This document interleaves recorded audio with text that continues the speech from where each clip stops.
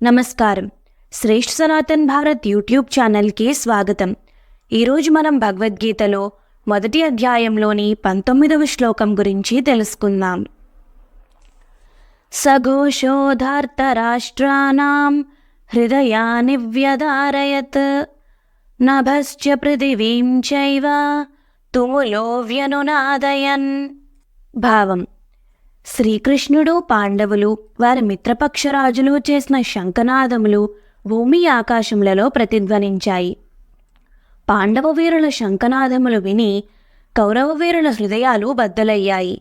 పాండవ వీరుల శంఖనాదాలే ఇంత భయంకరంగా ఉన్నాయి, ఇంక వీరి యుద్ధం, అస్త్రశస్త్ర విన్యాసము ఎలా ఉంటుందో అని మనసులో గుబులుపడ్డారు కౌరవ వీరులు. ఈ శ్లోకంలో ధార్తరాష్ట్రాన్ అనే పదం వాడారు.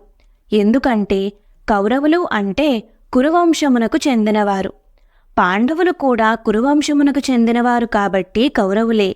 కానీ ధార్తరాష్ట్రాన్ అంటే ధృతరాష్ట్రుని సంతతి, వారి సైన్యము అని వాడినందువలన పాండవులు వారి సైన్యము చేసిన శంఖనాదములు, వాద్యఘోషను విని ధృతరాష్ట్రుని పుత్రులు, వారి అనుయాయులు, సైన్యము భయంతో కంపించిపోయారని వ్యాసుల వారు చమత్కరించారు.